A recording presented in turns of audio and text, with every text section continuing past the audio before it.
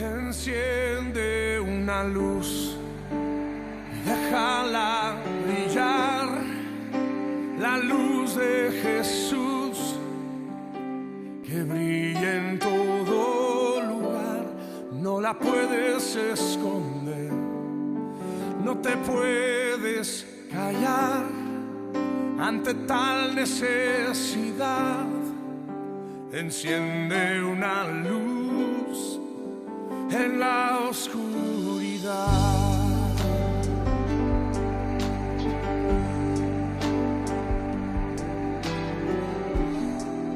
¿Cómo pues invocarán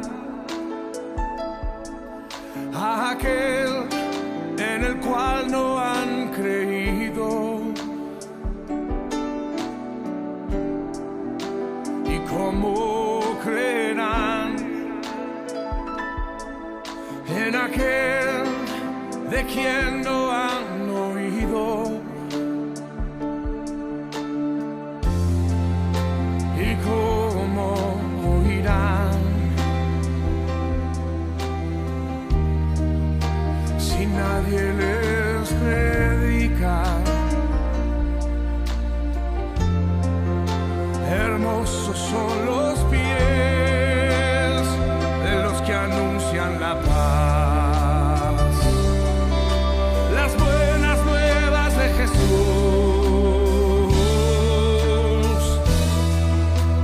Enciende una luz y déjala brillar, la luz de Jesús, que brilla en todo lugar. No la puedes esconder, no te puedes callar ante tal necesidad.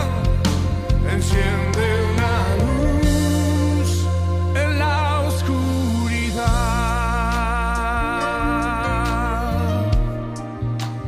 Oh, enciende una luz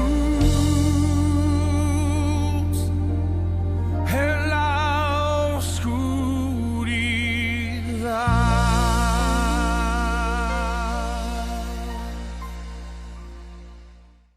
Muy bienvenidos. Nuevamente estamos aquí para estudiar la palabra de Dios, recordando lo que Jesús dijo. Las palabras que os he hablado son espíritu y son vida. No son solamente palabras, son mucho más que palabras. Contienen la vida de Dios. Así que preparemos nuestros corazones para estar atentos a lo que Dios quiere decirnos.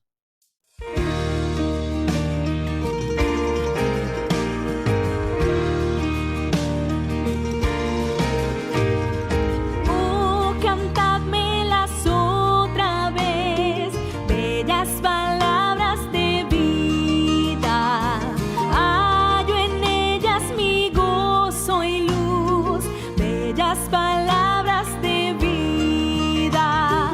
Sí, de luz y vida, son sostén y guía.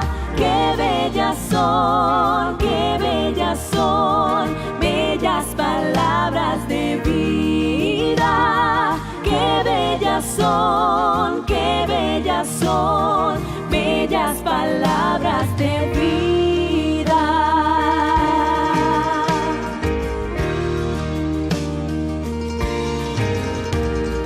Jesucristo a todos da bellas palabras de vida. Hoy escúchalas, pecador, bellas palabras de vida. Bondadoso te salva y al cielo te llama. Qué bellas son, qué bellas son, bellas palabras de vida. Qué bellas son, qué bellas son, bellas palabras de vida. Sí, de luz y vida,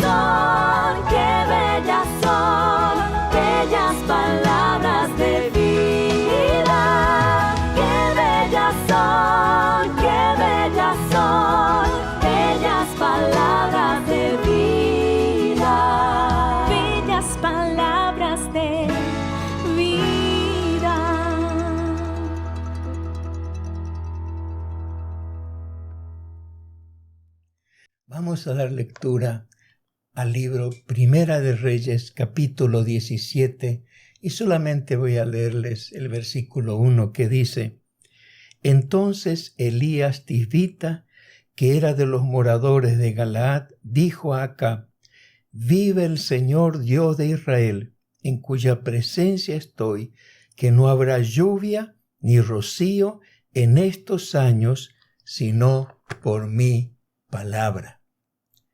Trataremos de oír lo que nos aconseja Dios por medio del profeta Elías, al cual algunos lo han definido como el profeta sin libro, porque no escribió ninguna profecía. Pero el impacto de su vida y ministerio superó a todos los profetas. Incluso el significado de su nombre encierra la meta y el objetivo de su vida, que fue demostrar que solamente el Señor es Dios, dado que el nombre de Elías en hebreo, Eliyahu, significa Él es Dios o el Señor es Dios.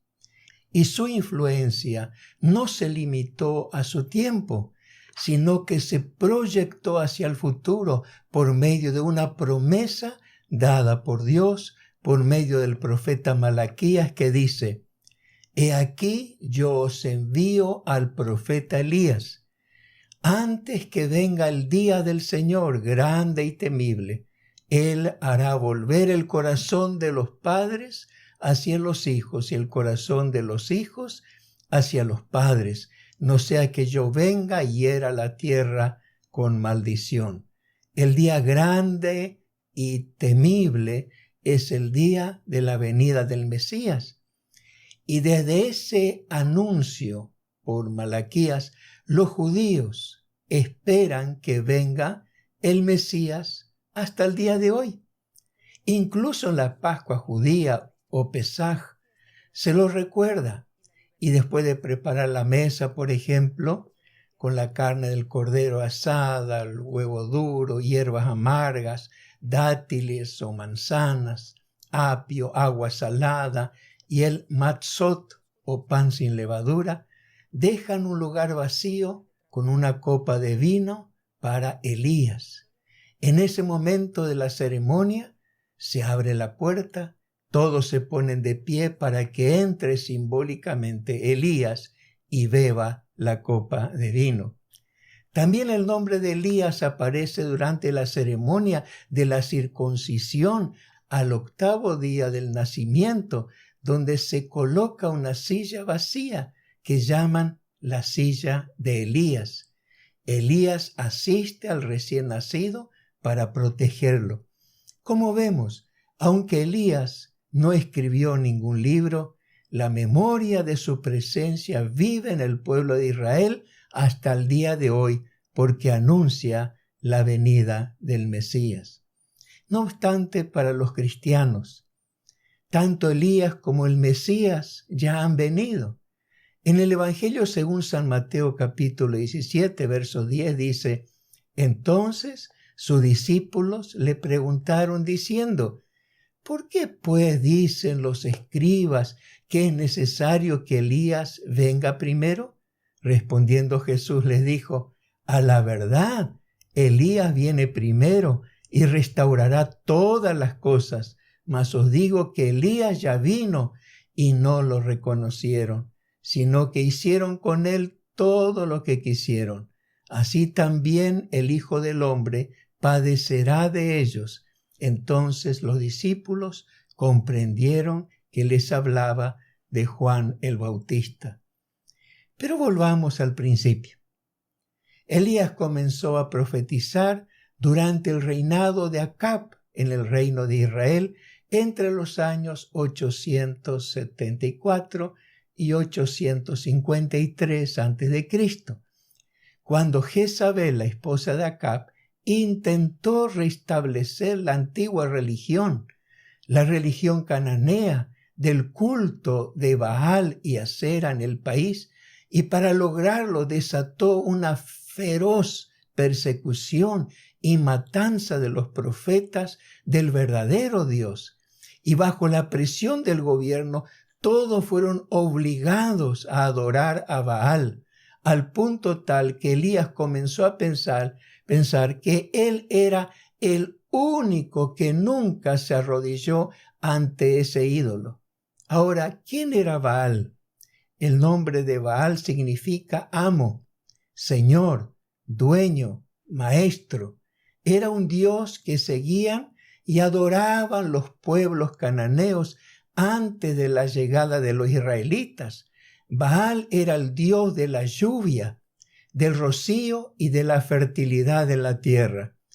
Y por estos atributos se lo llamaba el príncipe y señor de la tierra. Los fenicios lo llamaban el dios que cabalga en las nubes, o también el señor de los cielos. Por eso no fue casual que Elías decretara la sequía sobre todo el territorio para demostrar que Baal no tenía poder para mandar la lluvia ni el rocío, que Baal no era el señor o dueño de nada. En Primera Reyes hemos leído, entonces Elías Tisbita, que era de los moradores de Galaad, dijo a Acab: vive Jehová, vive el Señor Dios de Israel, en cuya presencia estoy, que no habrá lluvia ni rocío en estos años, sino por mi palabra. Fue un claro desafío a las pretensiones de una religión falsa con dioses falsos. Y lo que él decretó no lo podían modificar, ni las oraciones, ni los sacrificios de todos los paganos juntos. La vida de Elías es tan rica en enseñanzas que no tendríamos tiempo para analizar y aprender de cada evento. Así que nos limitaremos a 3 episodios para oír el consejo de Dios. ¿Qué nos dice Dios por medio de Elías? Dios nos dice: permanece en mi presencia. Entonces Elías Tisbita, que era de los moradores de Galaad, dijo a Acab: vive el Señor Dios de Israel, en cuya presencia estoy, que no habrá lluvia ni rocío en estos años, sino por mi palabra. Elías se enfrentó al rey Acab, quien dejó a Dios y comenzó a creer en Baal, el dios de la lluvia y del rocío. Su confrontación fue audaz y contundente cuando le dijo: no habrá lluvia y rocío en estos años, sino por mi palabra. Y afirmó lo que dijo, porque lo dijo en la presencia de Dios. Vive el Señor Dios de Israel, en cuya presencia estoy. La presencia de Dios es todo para nosotros. Sin la presencia de Dios, nuestras palabras carecen de autoridad y poder. Sin la presencia de Dios no podríamos avanzar. Sin la presencia de Dios nos moriríamos en el desierto.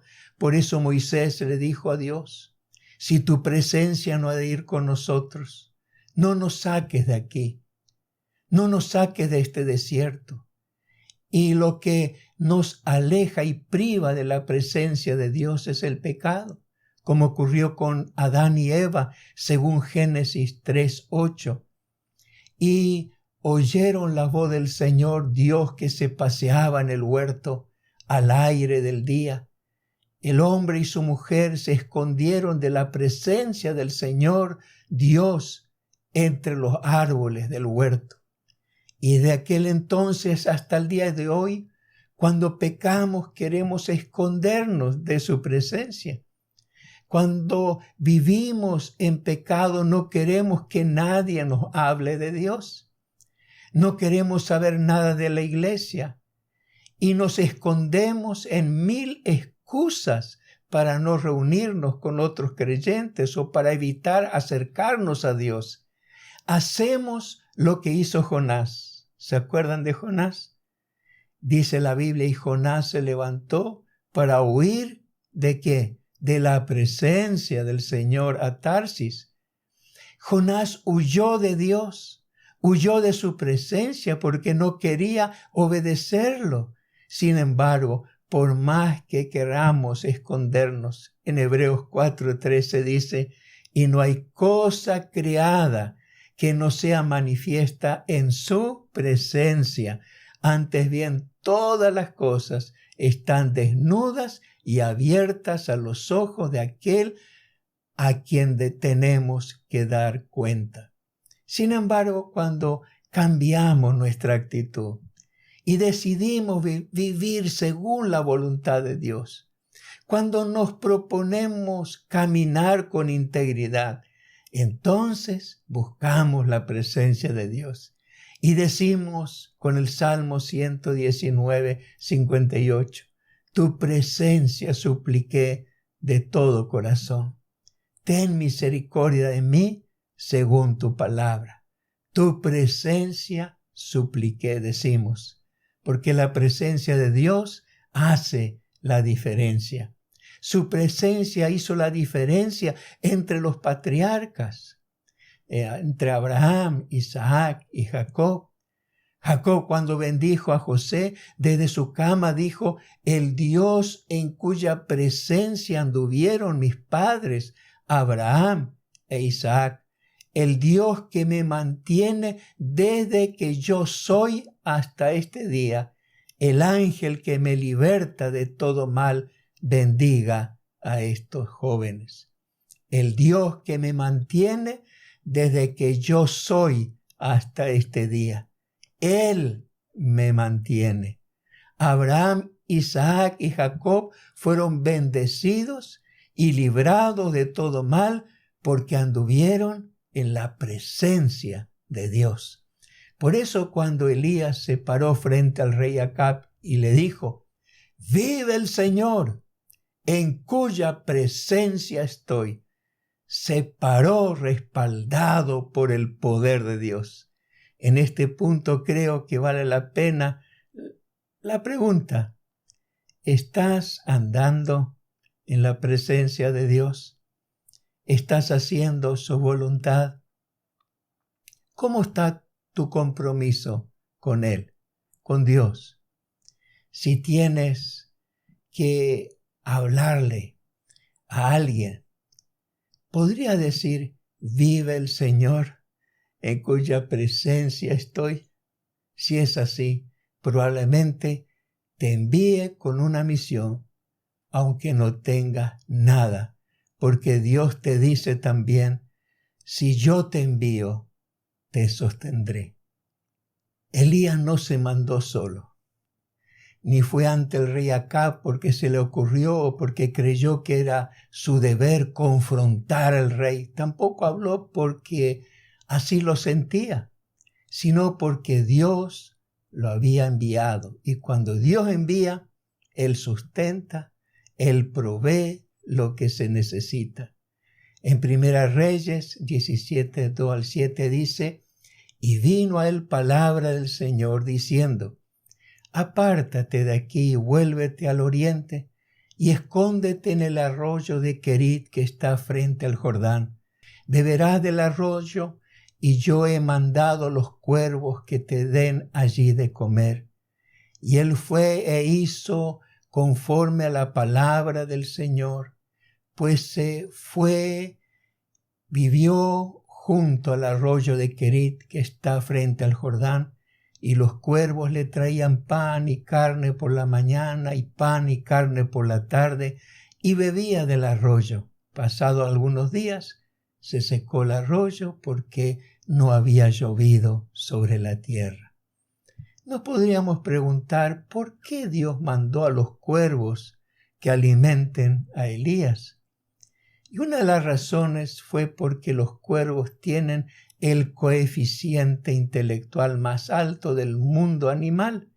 Recientemente se hizo un estudio de su comportamiento y se descubrió que los cuervos pueden resolver problemas complejos, incluso armar rompecabezas. Por ejemplo, observaron cómo un cuervo sacó un alambre de la jaula e hizo un gancho para atraer un pedazo de carne que estaba fuera de la jaula. Observaron también que los cuervos pueden comunicarse entre ellos como los humanos, haciendo señas con el pico, como nosotros lo hacemos con nuestras manos para que alguien se acerque o se vaya o para indicar algo.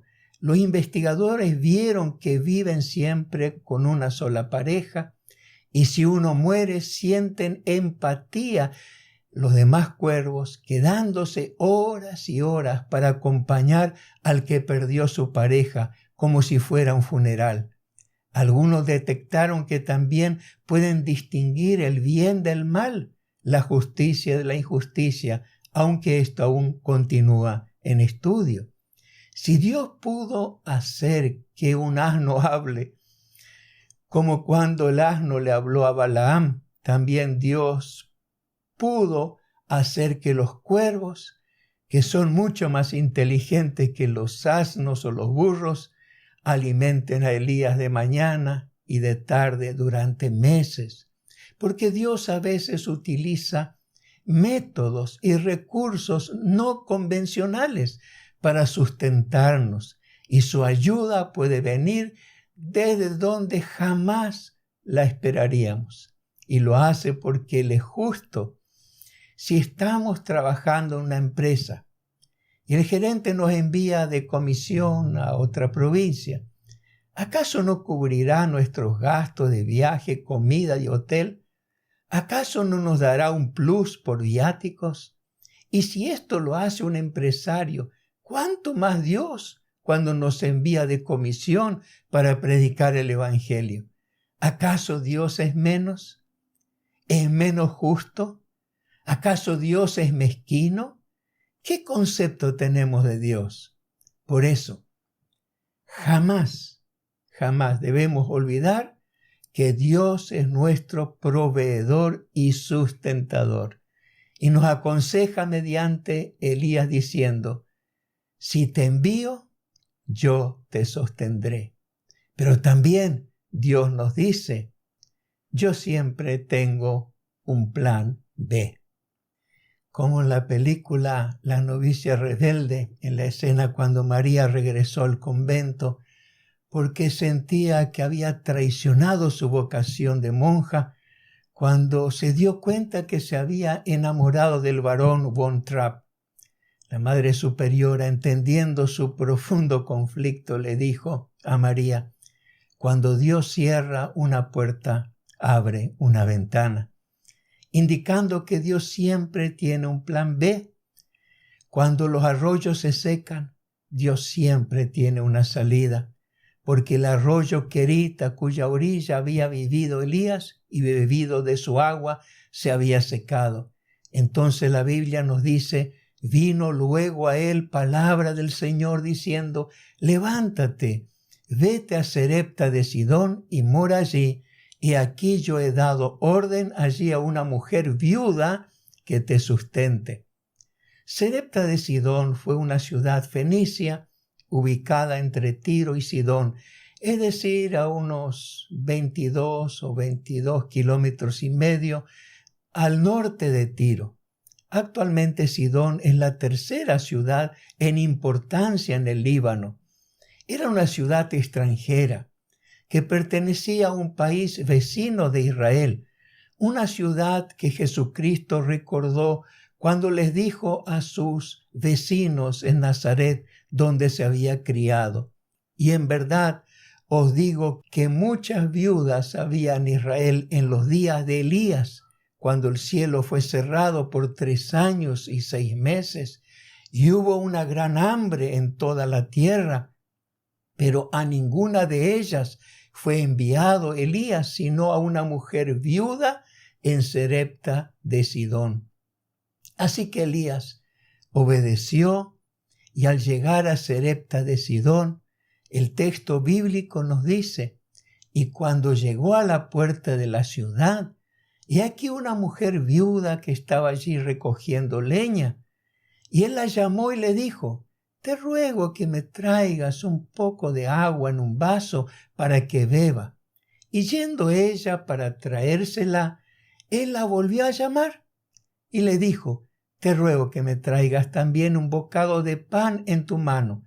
Y ella respondió, viva el Señor tu Dios, que no tengo pan cocido, solamente un puñado de harina tengo en la tinaja y un poco de aceite en la vasija.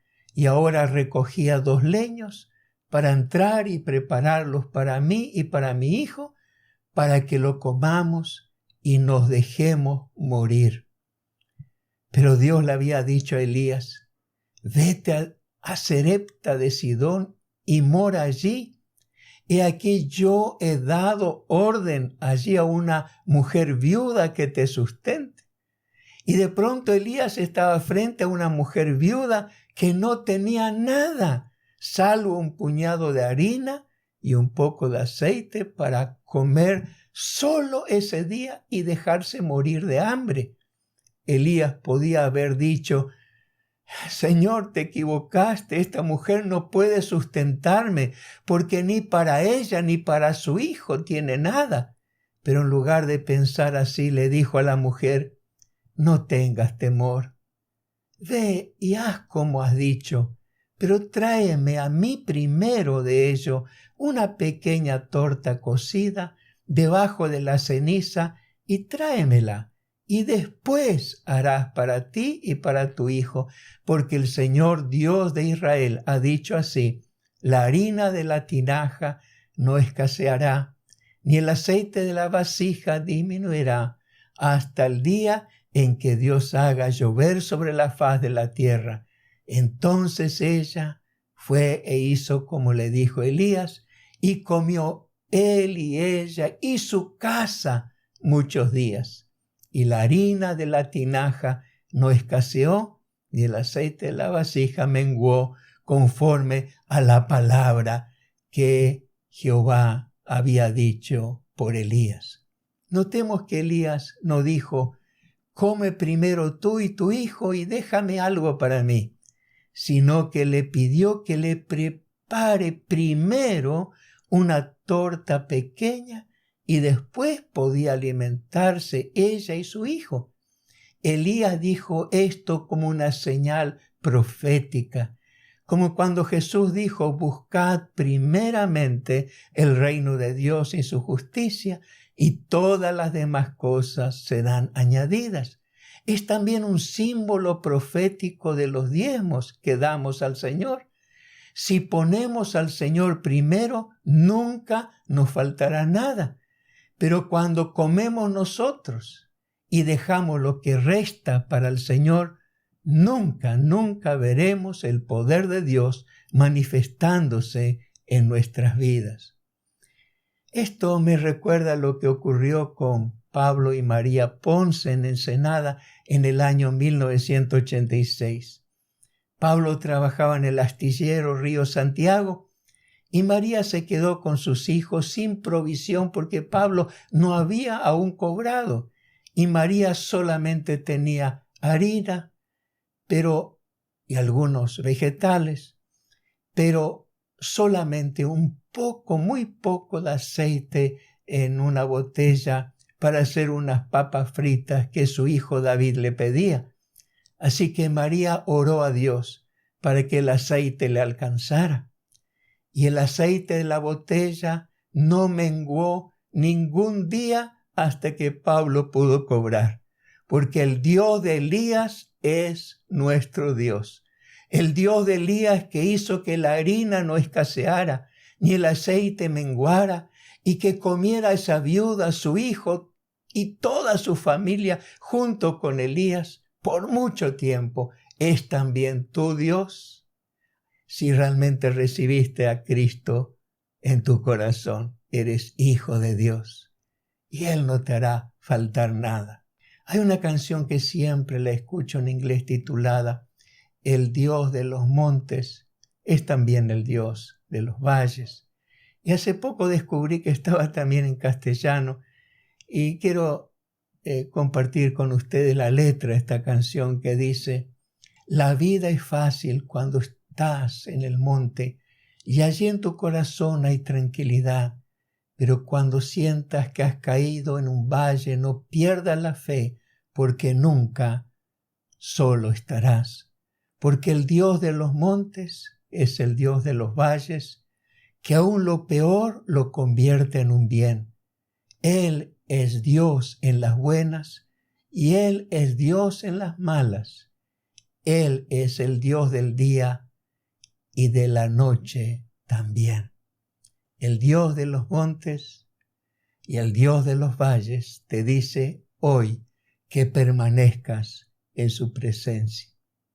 Te dice que no temas, que si Él te envía, Él te sustentará. Y también te dice que si se cierra una puerta, Él abrirá una ventana, porque siempre tiene un plan B. El Dios de Elías también es tu Dios. Él te ama y desea lo mejor para tu vida.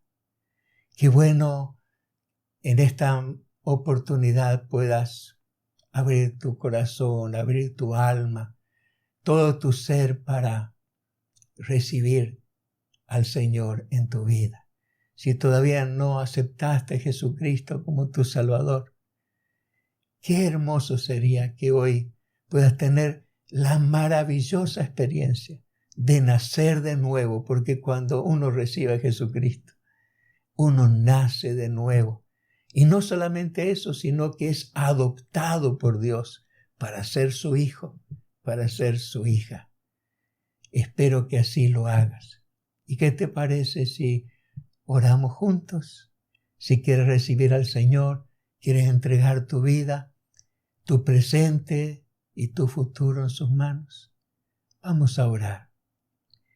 Señor, he oído tu palabra.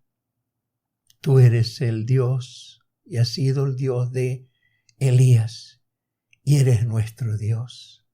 Y en esta hora quiero hacer esta oración de entrega a ti. Yo recibo a Jesucristo en mi corazón. Deseo, Señor, que entres en mi vida y me transformes a tu semejanza, a la que quieres que yo sea. Señor, ruego que me guíes en esta etapa de mi vida. Pongo toda mi necesidad. Conoces lo que necesito y sé que así como has provisto en el pasado, tienes el poder para proveer en el presente y el futuro, porque eres nuestro Dios. Deposito mi fe y confianza en ti, Dios Todopoderoso. En el nombre de Jesús. Amén. Que Dios te bendiga. Ti que has recibido a Jesucristo. Y a ti también que hace tiempo lo recibiste y estás caminando en la presencia de Dios. Que esta palabra te edifique, te bendiga y te mueva a un camino de fe, de confianza, en su provisión que siempre es más que abundante. Recibe un abrazo de parte del Señor y nuestra. Que tengas una semana maravillosa y que Dios te bendiga. Amén.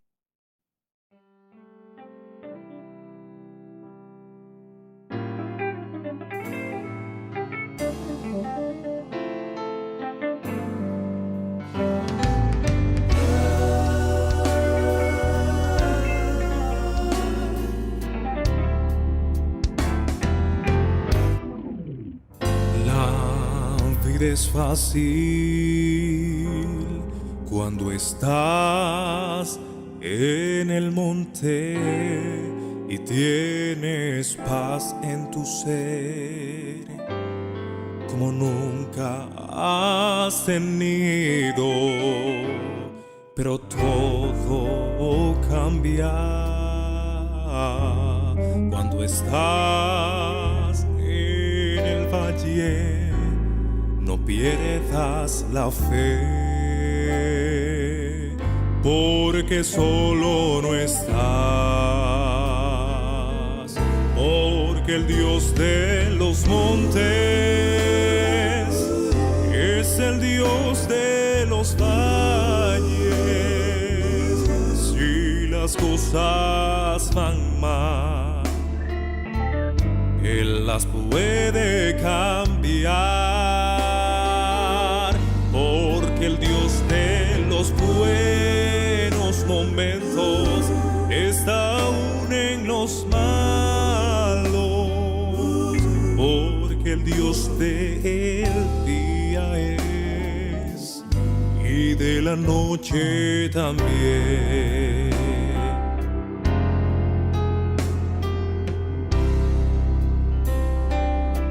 Porque el Dios de los montes es el Dios de los valles. Si las cosas van mal, Él las puede cambiar.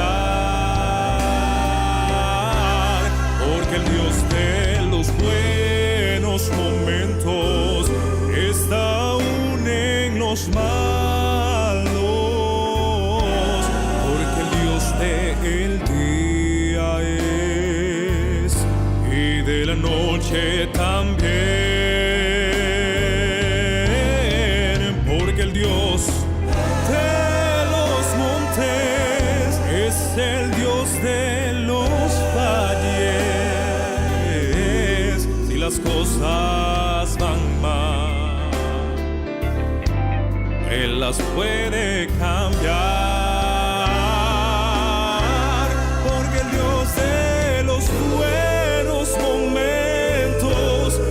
Aún en los malos, porque el Dios del día es y de la noche también.